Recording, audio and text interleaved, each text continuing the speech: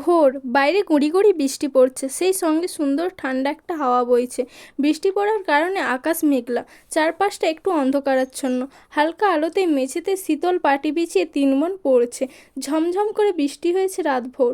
বর্ষার স্নানে প্রকৃতি স্নিগ্ধ। এমন সকালে কেউ কেউ ঘুমাতে চায়, আর কেউ বা বই পড়তে পছন্দ করে, অথবা পছন্দের অন্য যে কোনো কাজ করে। পূর্ণার ঘুমোতে ইচ্ছে করছে, পড়া একদমই সহ্য হচ্ছে না। পদ্মজাকে বলল, আর কতক্ষণ? ঘুমাতে চায় আপা। পদ্মজা নিচু গলায় বলল, এইটুকু শেষ করে ঘুমিয়ে পড়িস। আম্মা তো আরও পড়তে বলল। কিছু হবে না, এই যে আঙুল দিয়ে দেখিয়ে বলল, এইটুকু পড় ভালো করে, তাহলেই আম্মা ছুটি দিবে। পূর্ণা মনের বিরুদ্ধে গিয়ে পড়া শেষ করলো। হেমলতা প্রথমে ছুটি দিতে না চাইলেও পদ্মজার অনুরোধে ছেড়ে দিলেন। ছুটি পেয়ে দৌড়ে গিয়ে বিছানায় গা এলিয়ে দিল পূর্ণা। সঙ্গে সঙ্গে তলিয়ে গেল ঘুমের দেশে। কিছুক্ষণ পর বৃষ্টি থেমে রোদ উঠল। স্কুলের জন্য তৈরি হয়ে পূর্ণাকে অনেক ডাকলো পদ্মজা, সাড়া পেল না। এদিকে স্কুলে যাওয়ার সময় হয়েছে। হেমলতা বাইরে থেকে উঁকি দিয়ে প্রশ্ন করলেন, পূর্ণা ঘুমে? জি আম্মা। সে জানে না স্কুল আছে, তবুও কোন আক্কেলে ঘুমালো? মায়ের রাগের ফলাফল ভেবে পদ্মজা শঙ্কিত। আজ পূর্ণা নির্ঘাত মার খাবে। সেই হেমলতাকে আশ্বস্ত করে বলল, তুমি যাও আম্মা, পূর্ণা কিছুক্ষণের মধ্যে তৈরি হয়ে যাবে। হেমলতা জানেন পূর্ণা এত সহজে ঘুম থেকে উঠবে না। প্রায়ই এমন হয়, যতই আদর করে ডাকা হোক না কেন। বৃষ্টিমাখা সকালে তার ঘুম ভাঙানো যুদ্ধের সমান। বাঁশের কঞ্চিকে পূর্ণা ভীষণ ভয় পায়, অথচ কঞ্চির বাড়ি না খাওয়া অবধি ঘুম তাকে কিছুতেই ছাড়ে না। এ যেন ভূত তাড়ানো। হেমলতা বাঁশের কঞ্চি আনতে বাঁশ বাগানের দিকে চলে যান। এদিকে পদ্মজা ডেকেই যাচ্ছে, পূর্ণা উঠ, মাঠটা খাওয়ার আগে উঠ, এই পূর্ণা, পূর্ণা রে পূর্ণা উঠ। পূর্ণা পিটপিট করে চোখ খুলে আবার ঘুমিয়ে যাচ্ছে। প্রেমা এই ব্যাপারটা খুব উপভোগ করে। একটা মানুষ এত ডাকাডাকির পরও কি করে ঘুমিয়ে থাকতে পারে। সে নিষ্কম্প স্থির চোখে তাকিয়ে আছে বড় দুই বোনের দিকে। হেমলতা হাতে বাঁশের কঞ্চি নিয়ে ঘরে ঢুকলেন। তা দেখে পদ্মজা পূর্ণাকে জোরে চিমটি কাটে, কিন্তু মুখে বিরক্তিকর আওয়াজ তুলে আবার ঘুমে তলিয়ে যায় পূর্ণা। তুই সর পদ্ম, ও মারের যোগ্য, পিটিয়ে ওর ঘুম ছুটাতে হবে। হেমলতা রাগান্বিত স্বর। পদ্মজা মায়ের কথার উপর কিছু বলার সাহস পেল না, দূরে গিয়ে দাঁড়ালো। হেমলতা পূর্ণার পায়ের গোড়ালিতে কঞ্চি দিয়ে বাড়ি দিতেই একটা আওয়াজ হলো প্যাঁচ করে। ভয়ে চোখ বুজে ফেলল পদ্মজা। ইস, পায়ের চামড়া ছিঁড়ে গেছে বোধ হয়। ঘুমন্ত পূর্ণার মস্তিষ্ক জানান দেয় আম্মা এসেছেন এবং তিনি আঘাত করছেন। সে চোখ খোলার আগেই দ্রুত উঠে বসলো। চোখ খুলতে খুলতে যদি দেরি হয়ে যায়। বোকাশোকা মুখ করে মায়ের দিকে তাকালো পরিস্থিতি বুঝতে। পদ্মজা ঠোঁট টিপে হাসছে। প্রেমা জোরে হেসে উঠল। হেমলতা কড়া চোখে তাকাতেই থেমে গেল দুই বোনের হাসি। পূর্ণা ভীতু কণ্ঠে বলল, আর হবে না আম্মা, সে তো প্রতিদিনই বলিস। আজই শেষ আম্মা, আম্মা মেরো না। সে লাফিয়ে উঠে চৌকির কোণে গিয়ে বসে। এমন সময় ঘন মেঘে আকাশ ছেয়ে গেল। শোনা গেল বজ্রপাতের আওয়াজ। মনে মনে পূর্ণা প্রেমা খুব খুশি হলো। আজ আর স্কুলে যেতে হবে না। বাড়ি থেকে 2 ক্রোশ দূরে স্কুল। আম্মা নিশ্চয়ই যেতে না করবেন। পূর্ণা খুশি লুকিয়ে প্রশ্ন করলো, মেঘ আসবে মনে হয়, যাবো স্কুলে? মেঘ তোর কি সমস্যা করলো? এখনই যাবি স্কুলে, তৈরি হ। হেমলতা চলে যেতেই পূর্ণা ভ্রুকুঞ্চন করে থম মেরে বসে রইল। পদ্মজা তাড়া দেয়, বসে আছিস কেন? জলদি কর, নয়তো আবার মার খাবি। পূর্ণা তীব্র বিরক্তি নিয়ে স্কুলের জন্য প্রস্তুত হয়। বর্ষাকাল চলছে। রাতে বিরতিহীনভাবে বৃষ্টি হয়, কাদা জমেছে রাস্তায়। পথ চলা কষ্টকর। 3 বোন হাতে জুতা নিয়ে পা টিপে হাঁটছে। তাদের মনে কাজ করছে পিছলে পড়ে বই খাতা নষ্ট হওয়ার ভয়। অর্ধেক পথ যেতে না যেতেই আকাশ ভেঙে বৃষ্টি নামলো। পথের পাশ থেকে বড় 3টে কচু পাতা ছিঁড়ল পদ্মজা। পূর্ণা প্রেমার হাতে দুটো দিয়ে নিজের মাথায় ধরল তৃতীয়টি। তবে তাতে লাভ হলো না। মাথা না ভিজলেও শরীর ও বই খাতা ভিজে একাকার হয়ে গেল। পূর্ণা বিরক্তি প্রকাশ করলো, ধ্যাত, ভিজে স্কুলে গিয়ে লাভ কি আপা? দেখো, হাঁটু অবধি পায়জামা কাদা আর বৃষ্টির পানি দিয়ে নষ্ট হয়ে গেছে। পদ্মজা চিন্তিত ভঙ্গিতে বলল, বুঝতে পারছি না রে, কি করব? স্কুলে যাব নাকি বাড়ি ফিরবো? আপা বাড়ি যাই, বলল প্রেমা। পদ্মজা একটু ভাবলো, এরপর 2 বোনকে বলল, ভিজে তো কতবারই গেলাম, আজও যাই, সমস্যা কি? অগত্যা স্কুলে যেতে হলো। পদ্মজার সম্মতি না দিলে বাড়িতে গিয়ে উঠতে পারবে না তারা। স্কুল ছুটির আগেও বৃষ্টি পুরোপুরি থামেনি। তখন গুঁড়ি গুঁড়ি বৃষ্টি পড়ছিল। বৃষ্টিতে ভিজে ভিজেই বাড়ি ফেরার পথ ধরল 2 বোন। প্রেমার 1 ঘন্টা আগে ছুটি হয়েছে। পদ্মজা নিচু কণ্ঠে জিজ্ঞাসা করলো, স্কুলে আব্বা এসেছিলেন? প্রেমাকে নিয়ে গেছে। তোর সঙ্গেও তো দেখা হলো। পদ্মজার গলাটা করুণ শোনায়। পূর্ণার মন খারাপ হয়। আব্বা কেন তার এত ভালো আপাকে ভালোবাসে না? বৃষ্টির পানি ও মাটি মিশে কাদায় একাকার হয়ে গেছে পুরো পথ। কাদামাটিতে হাঁটার মতো ভোগান্তি আর নেই। পূর্ণা যেভাবে হেলে দুলে হাঁটছে তাতে পদ্মজার ভয় হচ্ছে পড়ে না যায়। সে বোনকে ডেকে বলল, পূর্ণা সাবধানে হাঁট, পড়ে যাবি। তার সাবধান বাণী শেষ হতেই ধপাস করে কাদামাটিতে পড়ে গেল পূর্ণা। আঁতকে উঠে পদ্মজা। পূর্ণার পা নিমেষে ব্যথায় টনটন করে ওঠে। পদ্মজা দুই হাতে আঁকড়ে তোলার চেষ্টা করে। পূর্ণা কিছুতেই উঠাতে পারছে না, পা যেন ব্যথায় অবশ হয়ে গেছে। কাঁদো কাঁদো হয়ে পদ্মজাকে বলল, আপা পা ভেঙে গেল মনে হয়। ইস, এত ব্যথা করছে। মুচকেছে বোধ হয়, ঠিক হয়ে যাবে, ওঠার চেষ্টা কর, আমার গলা ধরে ওঠ। গ্রামের পথ, গুড়ি গুড়ি বৃষ্টি হচ্ছে বলে পথে কেউ নেই। গৃহস্থরা ভাত ঘুম দিয়েছে। সামনের বিলে থই থই জল, তার পাশে ক্ষেত। ডানে বাঁয়ে কাদামাটির পথ, পেছনে ঝোপঝাড়। পদ্মজা সাহায্য করার মতো আশেপাশে কাউকে দেখতে পেল না। এদিকে পা সোজা করার শক্তি পাচ্ছে না পূর্ণা। প্রচণ্ড ব্যথা, ঠোঁট কামড়ে কাঁদছে সে। পদ্মজা না পারছে পূর্ণাকে তুলতে, আর না পারছে পূর্ণার কান্না সহ্য করতে। সে মনে মনে আল্লাহর কাছে সাহায্য প্রার্থনা করে, আল্লাহ কিছু করো, সাহায্য করো। একটু পর পূর্ণাকে বলল, বোন আমার, একটু চেষ্টা কর উঠতে। পদ্মজার উৎসাহে পূর্ণা পায়ের পাতা মাটিতে ফেললো, কিন্তু সঙ্গে সঙ্গে ব্যথার বিজলি চমকে উঠল তার পুরো শরীরে। ও মা, আপারে পারছি না, আমার পা শেষ, মরে যাব আমি। এসব বলিস না, পায়ের ব্যথায় কেউ মরে? অল্পক্ষণের মাঝেই আহত পা ফুলে 2 ইঞ্চি উঁচু হয়ে গেছে। তাই দেখে আতঙ্কে চোখ মুখ নীল হয়ে গেল পদ্মজার। কান্না পাচ্ছে তার। পদ্মজা আলতো করে চাপ দিতেই পায়ের ব্যথায় চেঁচিয়ে উঠল পূর্ণা, একটু সাবধানে হাঁটলে কি হতো।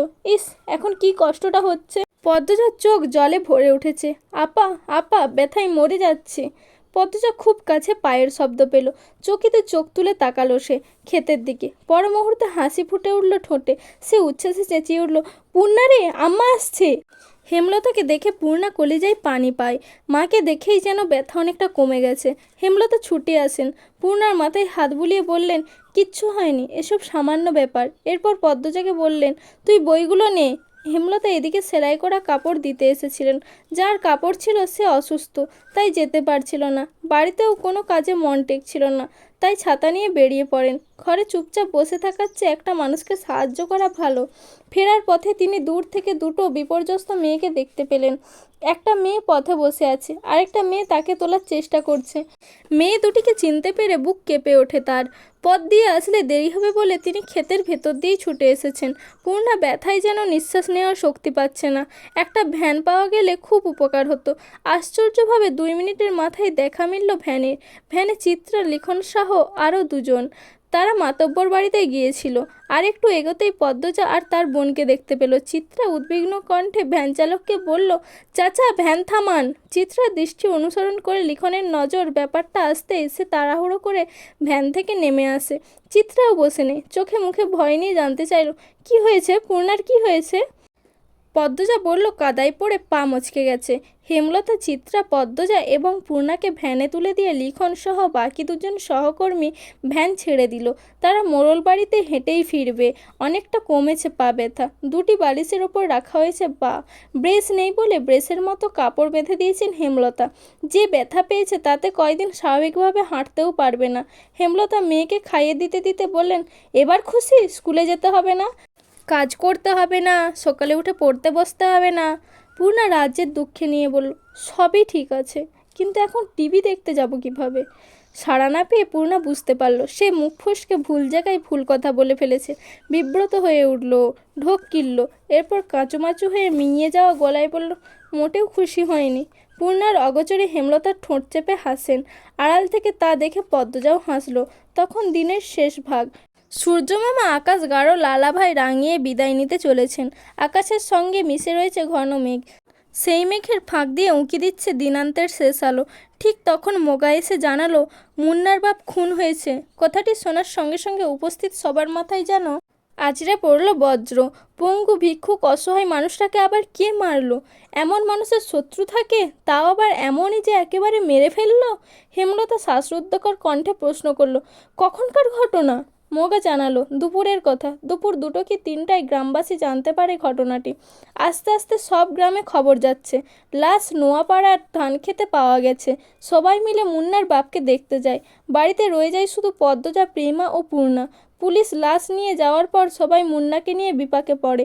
আত্মীয় বলতে তার কেউ নেই। দুঃসম্পর্কে যারা আছে তারা মুন্নার দায়িত্ব নিতে চাইল না। মাতব্বর মুন্নার ভার নিতে চেয়েছিলেন, কিন্তু মুন্না জানালো যে পদ্মজাদের বাড়িতে থাকবে।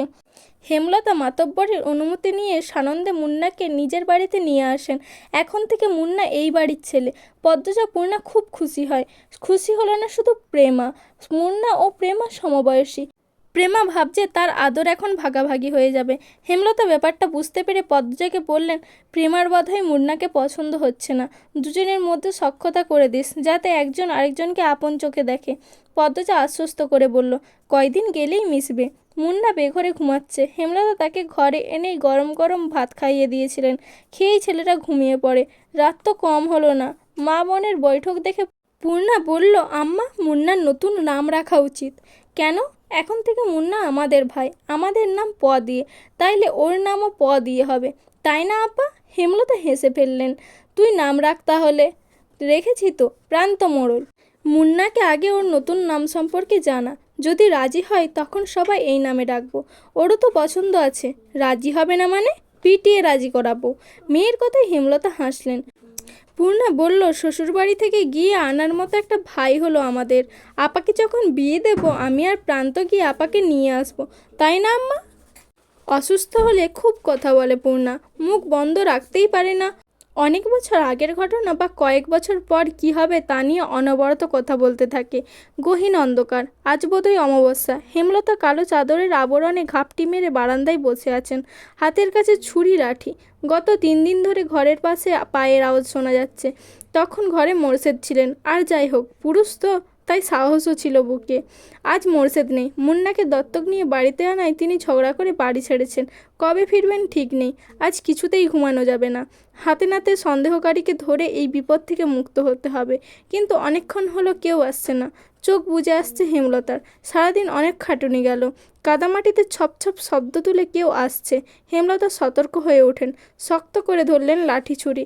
পায়ের শব্দটা কাছে আসতেই তিনি বেরিয়ে আসেন। অন্ধকারে মুখ পরিষ্কার নয়। আন্দাজে ছুঁড়ে মারেন হাতের লাঠি। লাঠিটা বেশ ভালোভাবেই পড়ল সামনে থাকা ছায়াটির উপর। হতভাগা আর্তনাদ করে বসে পড়ল মাটিতে। ততক্ষণে পেছনের ছায়াটি দৌড়ে পালালো। প্রথম যেন পালানোর চেষ্টা করলো। হেমলতার জন্য পেরে উঠল না। তিনি আরেকটা লাঠি দিয়ে আবার আঘাত করে বসেন। তার দৃষ্টি থেকে যেন আগুন স্ফুরিত হচ্ছে। আহত ব্যক্তির আর্তচিৎকার শুনে বাড়ির ভেতর থেকে ছুটে আসে সবাই। টর্চের আলোয় চারিদিকে আলোকিত হয়ে ওঠে। হেমলতা স্বাভাবিক ভঙ্গি নিয়ে দাঁড়িয়ে আছেন। তিনি যেন জানতেন এই ছায়াটির আসার কথা ছিল।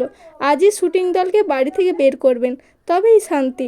হই হুল্লোড় শুনে পদ্মজা, প্রেমা, মুন্না বেরিয়ে আসে। পূর্ণা ঘরেই রইল। চোখের সামনে ডিরেক্টর আবুল জাহেদকে দেখে চমকে গেল পদ্মজা। আর ঠিক তখনই কোত্থেকে যেন আগমন করলো মোরশেদের।